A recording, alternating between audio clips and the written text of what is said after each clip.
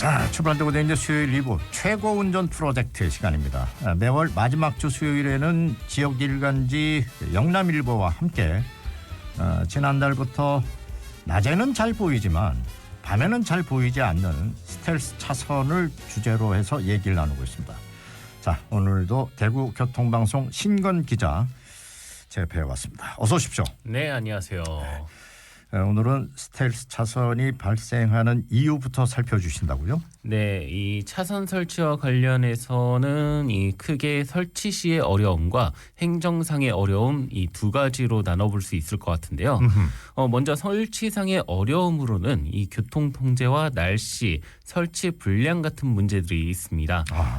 이 중에서 교통 통제부터 살펴보면요, 이 차선을 설치할 때 이 도료가 충분히 마를 시간이 필요한데 이게 확보가 되질 않는다고 합니다. 하긴 그래요. 이걸 계속 또 통제를 시켜줄 수도 없고. 네. 그러니까 차선 긋고 나서 좀 지나면 바로 이제 열어버리잖아요. 맞아요. 네, 도로에 페인트만 칠한다고 끝나는 게 아닌데 이게 네. 마르는데도 시간이 걸리잖아요. 맞습니다. 이 차선은 도로의 고열이나 차량이 이 차로 변경을 할 때 발생하는 충격들을 모두 견뎌야 하잖아요. 그럼요. 그래서 이 도료를 불로 녹여서 쓰는데 이게 완전히 마를 때까지 좀 시간이 필요하다고 합니다. 그래요. 그러면은 도로를 통제해야 하는데 이것 때문에 또 민원이 발생해요. 아, 이거 뭐 이렇게 오래 걸려? 그러면서 이제. 맞아요. 네. 이 대구 공공시설관리공단 이성배 도로시설팀장의 말을 들어보겠습니다. 가장 큰 어려움은 교통 통제입니다. 보수공사 시 도로의 부분 통제는 불가피한데 이로 인해 발생하는 지정체와 민원이 어려움이라고 말씀드릴 수 있겠습니다. 야, 이 도색 작업을 하는 입장에서는 난감하겠습니다. 민원이 상당히 많은 모양이네요. 네, 이게 가장 어렵다고 이야기를 하시더라고요, 팀장님이. 이 차선을 설치하는 방식엔 융착식과 상온식이 있는데요. 이 융착식은 방금 말씀드렸던 도료를 녹여서 쓰는 방식이고 이 상온식은 우리가 아는 그 페인트 있잖아요. 이거를 그냥 차선에 바르는 방식입니다. 네네. 이 융착식은 내구성이 있기는 한데 가격이 좀 비싸고 또 도료가 마르는데 또 시간이 걸리거든요. 근데 이게 도료가 완전히 마르려면 30분 정도 걸리는데 이 한 번 할 때 수백 미터를 여러 차선을 하잖아요. 맞아요. 그러니까 뭐 1시간, 2시간, 3시간 뭐 이 정도 계속 이제 일부 차단을 하거나 전면 차단을 하면 교통 흐름에 아무래도 지장이 있을 수밖에 없겠죠. 그래서 시공을 하고 페인트가 마르기 전에 철수하는 경우도 있고 또 차선을 설치하기에 최적의 날씨가 있다 하더라고요. 어허. 네, 이런 날씨들을 감안하면은 도색을 할 수 있는 날이 그렇게 많지가 않다고 합니다. 아, 맞네.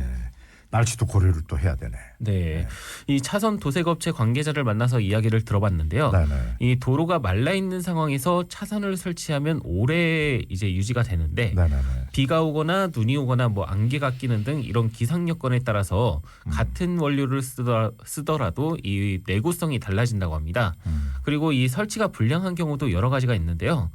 차선이 제대로 마르지 않은 상황에서 차량들이 지나다녔을 때 이 바퀴 자국 같은 게 남아가지고 그러면 안 보이지. 네, 그래서 본래 성능이 안 나오는 경우도 있고 또 그 위에서 스텔스 차선 문제를 제기한 이진욱 대구동구위원에게 이제 어떤 문제점이 있었는지 한번 들어보겠습니다.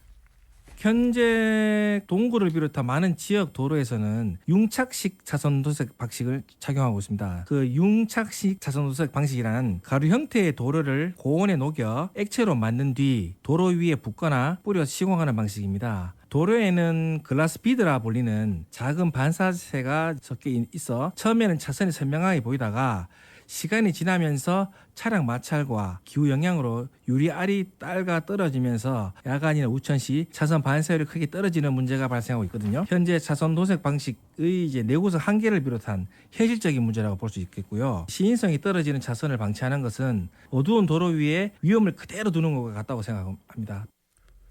네. 그리고 이 융착식이 아닌 상온식을 쓰는 경우가 간혹 있는데 이 상온식 같은 경우는 내구성이 안 나와서 금방 또 지워진다고 합니다. 이 교통안전시설 전문업체 최태복 대표이사에게 자세한 이야기를 들어보겠습니다. 상온형은 페인트 두께라든지 이런 게 얇다 보니까 건조는 빠르고 페인트 붙을 시간이 없다 보니까 그 유리알이 많이 탈취된다 해야 되나? 내구성이 떨어져가 3개월 내지 6개월 정도 되면은 재도식을 하고 거기에 맞도록 유리알이라든지 이런 게 내구성이 강한 게 할 수가 없어요. 페인트가 잡아줘야 되는데 두께가 못 잡아줘요. 그래서 휘도가 떨어진다 그런 단점이 많아요. 이게 생각보다 상당히 뭐랄까 과학적이네. 그죠? 네. 그리고 지난달 이제 청취자 문자 중에 네네. 차선을 도색하는 현장에서 도료에 유리알을 그냥 뿌리는 걸 봤는데 이게 맞냐 이런 질문이 있었거든요. 이걸 확인을 해보니까 이 맞다고 합니다. 이 도료와 유리알을 이제 섞어서 이제 도로에 도색을 하면은 네. 이 우리 유리알에 도료가 묻잖아요. 그러면은 우리 창문에 물감 칠하면은 그 색만 보이듯이 빛 반사가 안 된다고 해요. 그래서 차선을 완성하고 나서 그 위에 유리알을 뿌리는 게 맞다고 합니다. 아 그렇군요. 청취자 질문까지 다 챙겨주셨습니다. 감사합니다. 네. 네. 다시 본론으로 돌아와서 앞서 차선을 설치할 때 문제점이 이제 두 번째가 행정상의 어려움이다 이렇게 말씀하셨는데 네. 여기는 또 어떤 것들이 있습니까? 이 행정상의 어려움은 아무래도 예산이나 인력의 문제가 좀 있을 텐데요. 이 대구의 차선 길이가 얼마나 되는지 아세요? 차선 길이가 네. 수백 킬로미터는 되지 않을까? 아니 그보다 더 많으려나? 이 대구에서는 대구 공공시설관리공단이 도로의 차선을 관리하고 있는데요. 네네. 여기서 지난 7월부터 8월까지 폭 20m 이상 관리 도로를 전수조사해봤더니 이 관리하는 차선이 1,600km가 됐다고 합니다. 우와. 이게 어느 정도냐면은 우리 지구 둘레가 적도를 기준으로 4만 킬로미터거든요.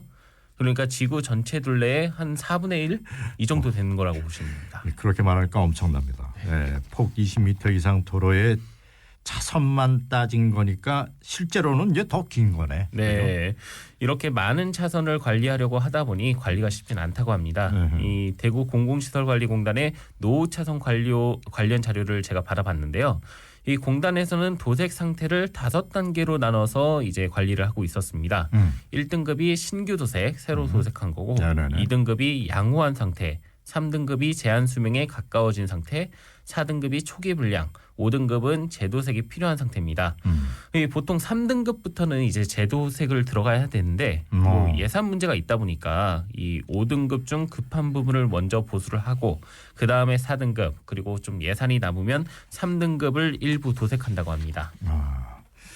얘기 들어보니 예산이 부족할 수밖에 없겠는데 도로는 또 계속 늘어나고 있고 그죠? 네, 맞습니다. 이전 도로에도 재도색은 계속 해야 할 거 아닙니까? 네. 차이가 너무 많이 나거든요. 네, 이 도로시설 전문업체 그 관계자한테 물어봤더니 보통은 1년마다 재도색을 해야 된다고 돼 있대요. 아하. 그런데 이 예산이 매년 줄고 있습니다. 대구시에선. 아이고야. 네, 이 대구시의 도로 예산은 2023년도엔 15억, 2024년도엔 10억으로 5억 줄었죠. 오. 그리고 올해는 6억으로 또 4억이 줄었습니다. 이 해마다 이야. 예산이 줄고 있는데요. 이 대구시 안병락 도로과장에게 예산이 줄어드는 이유를 들어봤습니다.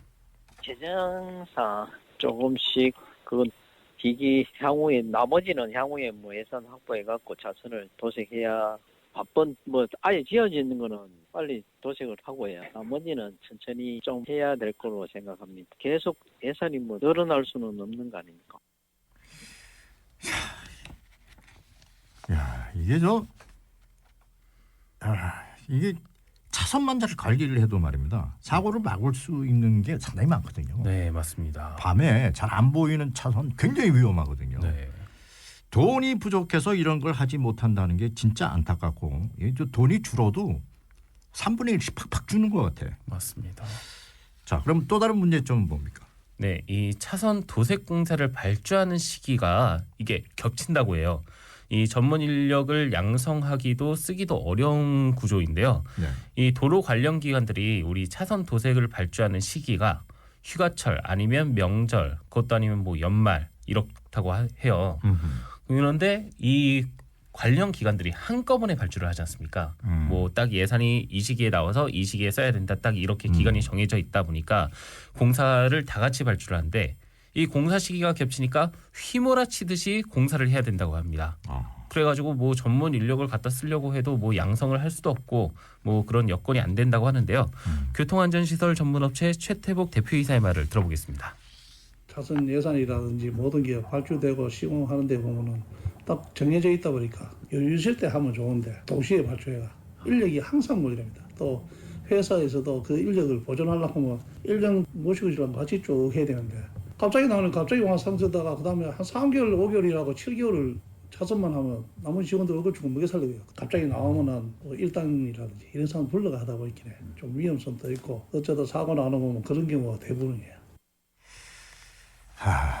예, 들어보니까 차선이 잘 안 보일 수밖에 없는 이러한 구조적 문제를 해결할 수 있는 방안이 절대적으로 빨리 좀 필요해 보입니다. 네. 이 다음 주에는 저 9303번님이 이 특수 차선 개발 관련해서 좀 질문을 주셨는데 이 다음 달에 저희가 이 부분을 좀 다뤄보려고 합니다. 아, 그래요? 네.